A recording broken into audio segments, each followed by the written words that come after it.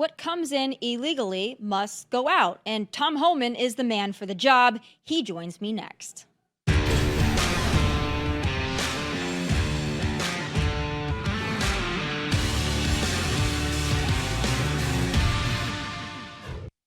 So here's the deal. Those who entered and remain in our country illegally have become mighty entitled, especially in blue states and sanctuary cities. Illegal immigrants in New York City have kicked it up a notch by taking to the streets in broad daylight to protest Trump's deportation plan and promise. Let's not forget that illegal immigration consistently ranked within the top 3 election issues for voters.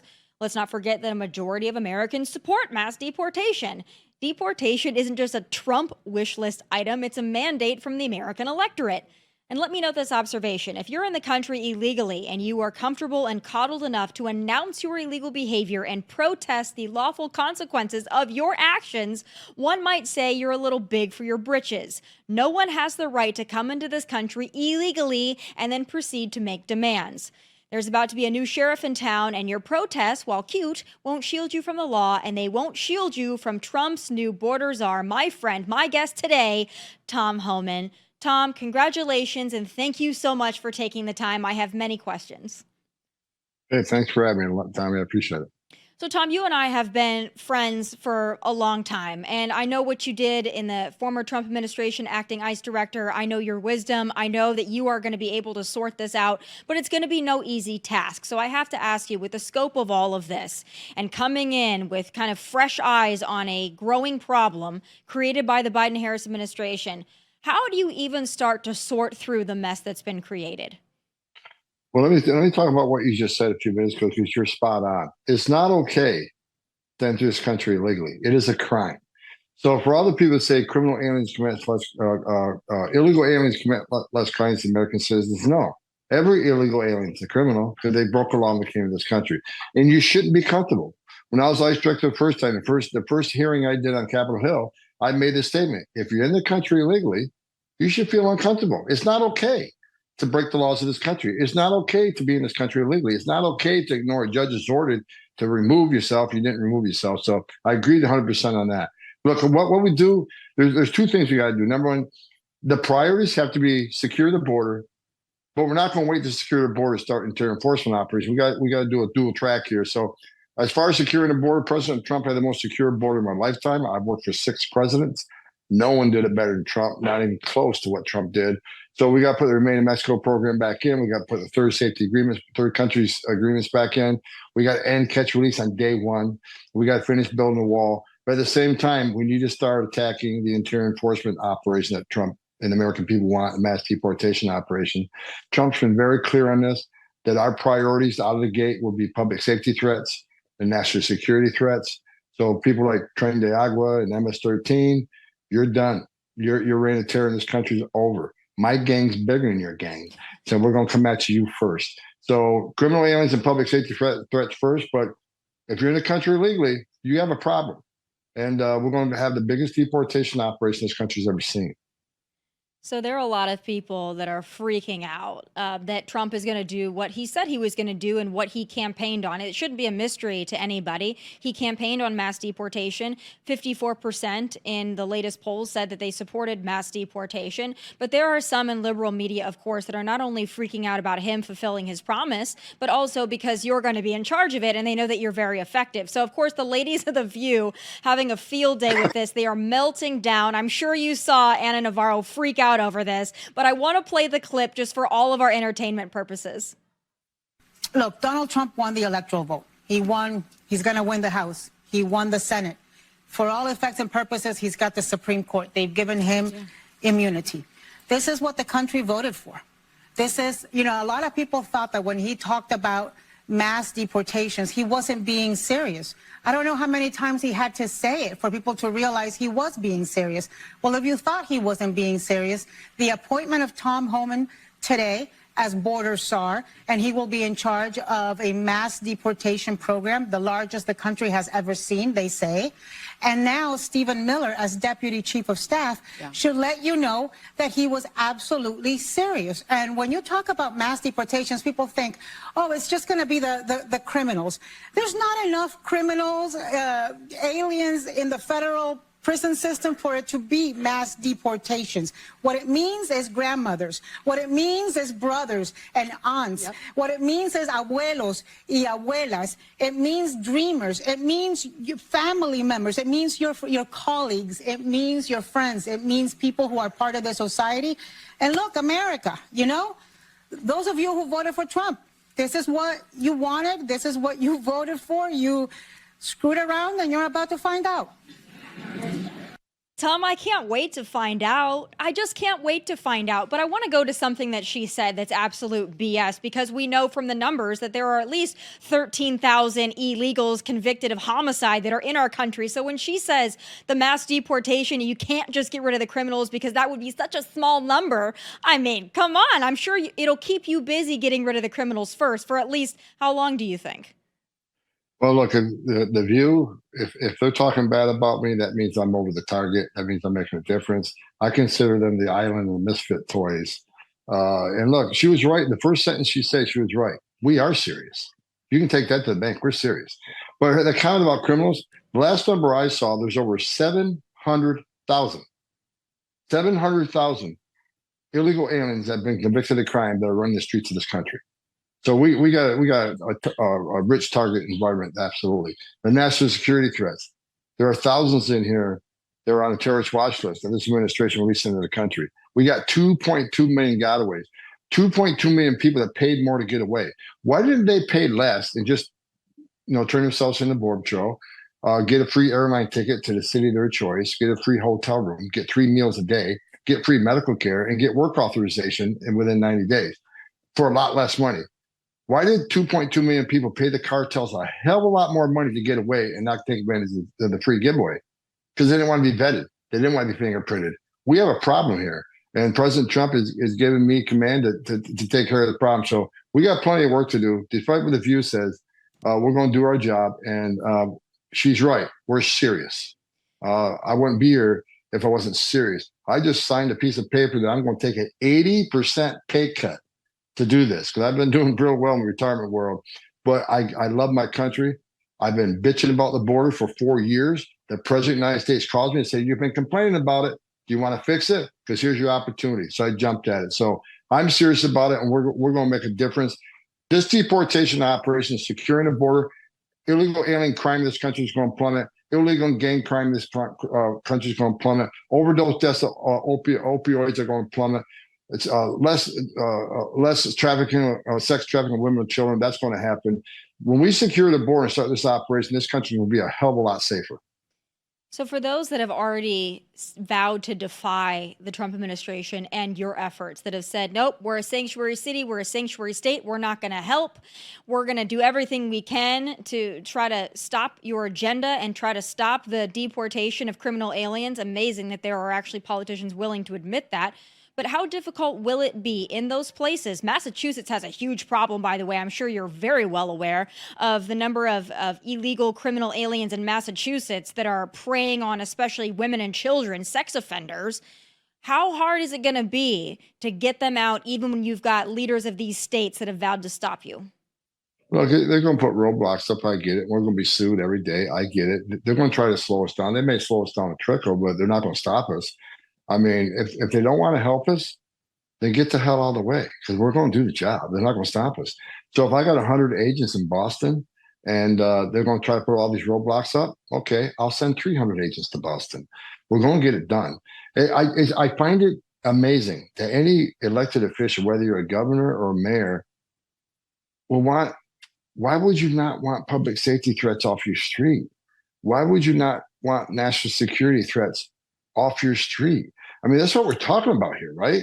So give me access to the jail, and I'll arrest a bad guy in the jail.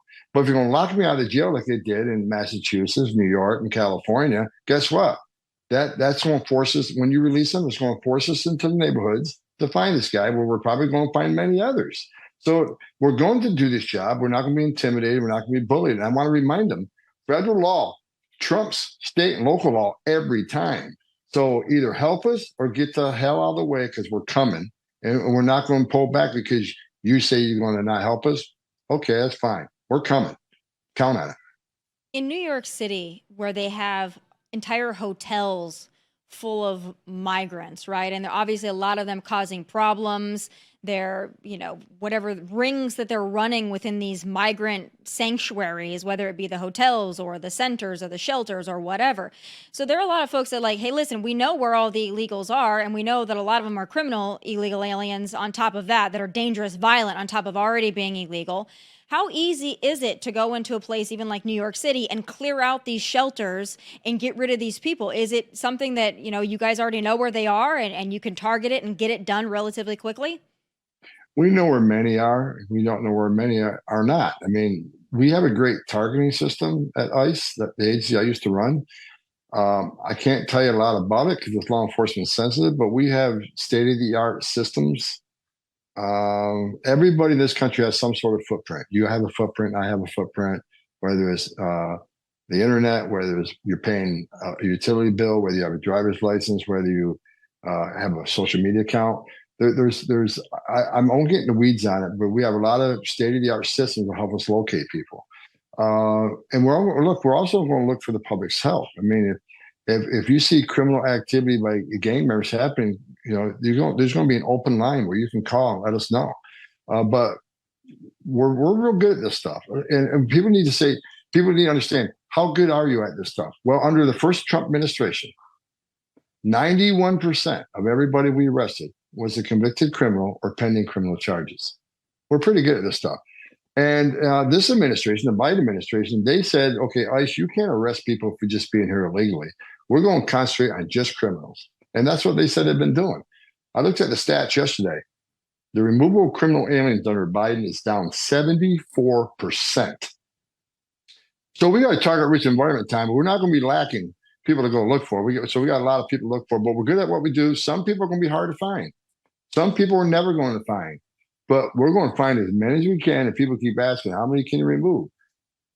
Everyone we can, one at a time, and we're not going to stop. We're going to keep looking for them, and we're going to remove them. This is a mandate given to the president by the American voters, and that's simply what the law says. Forget about the mandate. Forget about opinions. The law says entering this country illegally is a crime. The law says you can't be in this country illegally. The law says you can't hire an illegal alien. No, knowingly hire an illegal alien. We're going to enforce the laws enacted by Congress and signed by the president. And if the left don't like it, change the law. Many times I've been called a racist. I've been called a white nationalist. I'm a bigot because I enforce immigration law. And my response to Congress during several testimonies was, okay, if I'm a bigot for enforcing immigration law, what's that make you? You wrote the law. All right. So we're not going to apologize. We're going to do this job. And I'm fired up. I mean, I got a chance to come in here and undo the damage this administration has done. I'm sick of reading about young girls that were raped and murdered by people that are not even supposed to be here. I'm sick and tired of alien gangs terrorizing our city streets in New York and Colorado and Los Angeles. They're not even supposed to be here, but they're brazen enough to commit heinous acts against U.S. citizens. I'm sick of talking to angel moms and dads who are burying their children. And I'm sick and tired of hearing about zero tolerance and family separation from a group of people who have no problem separating a baby from somebody's womb. They have a problem with me separating an illegal alien from the United States. No apologies. We're going. And I can't wait till January 20th comes around. We can't wait either, Tom. But I'll tell you, one of the most savage moments I've ever seen in my entire life was when you were on 60 Minutes and, they tried to pull the whole pearl clutching, bleeding hearts of, oh, well, the families, how do you do it without separating families? And you said, quite frankly, like, we can deport the whole family. And I thought, honestly, that was the gift for me that keeps on giving. Whenever I'm having a low day, I watch that clip of you because it gives me a lot of hope. But there's something else that they're doing now, and it happened in the 60 Minutes interview, but of course it's happened since the election victory and since Donald Trump named you his Border Czar, is now the liberals are really worried about how much this is going to cost. They're worried that deportation is just too hefty of a price tag. I want to play this clip for you. I spoke to the president-elect on the phone 48 hours after his victory and asked him what he believes his mandate is. He told me it's to bring common sense back to the country. As for day one, he told me, I think we have a lot of firsts, and brought up strengthening the border. I pressed him on the price tag of his mass deportation plan, which experts say could be in the billions. He told me, quote, it's not a question of price tag. Really, we have no choice. When people have killed and murdered, they're not staying here. There is no price tag. Tom, they're really worried about money now. They're getting really fiscally conservative all of a sudden. What do you make of that? Well, like I said during a 60 Minutes interview, what's national security worth? What price do you put on a terrorist crossing the border? How many can we afford? Can we afford one terrorist in the United States? Look, as far as the money number, let me be clear. This is going to be a cost savings for American people. They're spending billions of dollars right now on border non-enforcement, airplanes, hotel rooms, medical care, lodging, food. This country's NGOs are making billions of dollars. They're spending billions of dollars in this. And what they're doing right now is in perpetuity. Our education system, our hospital system, our trauma centers, our social service systems, they're bringing this country about $161 billion a year. So when we do this operation, we shut the border down, do the deportation operation. Yeah, it's going to be a hefty price in the beginning, but in the long run, it's going to be a huge, unprecedented tax savings for American people. So it's well worth every penny being spent. And again, if you don't like that angle, go talk to Angel Mom and Dad, find out what their child's life was worth. Put a price tag on that. No, it's the right thing to do, not only for the morality part of it, it's the right thing to do for the American taxpayers. Rather than paying billions of dollars in perpetuity, let's end this crap right now and send these people home. It'll be expensive in the beginning, but in the long run, you're going to see a huge cost savings to the American taxpayer. Worth every penny. So what about the countries like Venezuela that won't take their people back? What do you do in those situations? A lot of criminal aliens, violent criminal aliens from Venezuela. How do you get around that, or what do you do in that case? Well, look, it's going to be the president's decision, but if you ask me, there's a lot of options. You can look. Mexico didn't want to do Remain in Mexico program. They did. Mexico didn't want to put military in the northern border. They did. Central America didn't want to enter into the third safe country agreements. They did. And they only did it because we had a strong president, President Trump, who didn't take no for an answer. And he threatened consequences on them if they didn't do what he needed them to do, and such as tariffs and so forth. Countries like Venezuela. I tell you what other presidents have done in the past that were hardline presidents. Venezuela, we have a lot of people here, whether it's government people or students or people who are on travel visas or visitors visas or student visas or medical visas and government visas. Take the visas away, end them, suspend them. Don't let them come to the country. Take all international aid away from them. Put an embargo on the fuel. There's a lot of things a strong president can do. Look, when I was a young Border Patrol agent in 1985, you probably weren't even born yet, Tommy. My first duty when I was a Border Patrol agent, President Reagan just shut down the port of entries. And my job was to sit at the port of entry and make sure no one tried to sneak through. Why did he do that? That was harmful to Mexico. He did it because a DEA agent, Kiki Camarena, was tortured and killed by the criminal cartels in Mexico. They didn't want to help with the investigation. President Reagan says, you know what? Okay, I'm shutting down the port of entries, which was devastating to the Mexican economy. They need those port of entries for trade.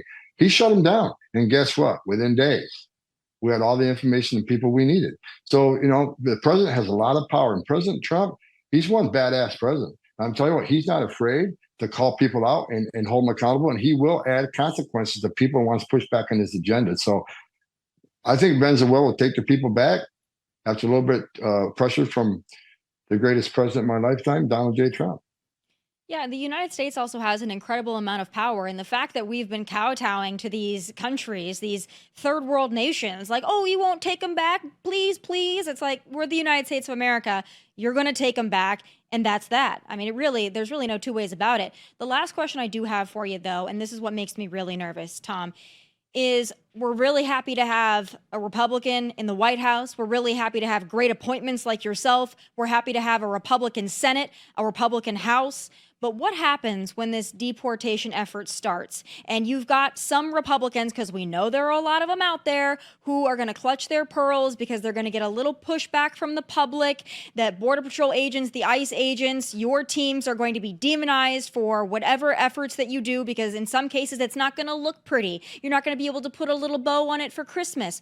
What happens when some of these Republican elected leaders start having a weak stomach to what you have to do? How is the Trump administration going to handle that? Well, we're not going to put up with it. I mean, look, in the last 3 days, I've received numerous death threats against me and my family.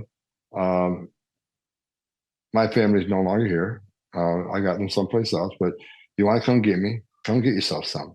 But we can't be intimidated. We can't be bullied. And, it's the secret is we got to be transparent, Tommy. We got to have weekly briefings. We can't lose the faith of the American people. We need to prove that we have a common sense, well-planned enforcement operation, a targeted enforcement operation where we're doing exactly what we said we're going to do. Concentrate on public safety threats and national security threats first. Have a weekly briefing. Here's what we've done this week. Here's how many people on the terrorist watch list we removed. Here's how many criminals we've taken off the streets. Here's what the number of fentanyl overdose deaths are going down. Here's the number of alien crime decreasing. Here's the number of children that we've rescued out of the 300,000 this administration released and they can't find.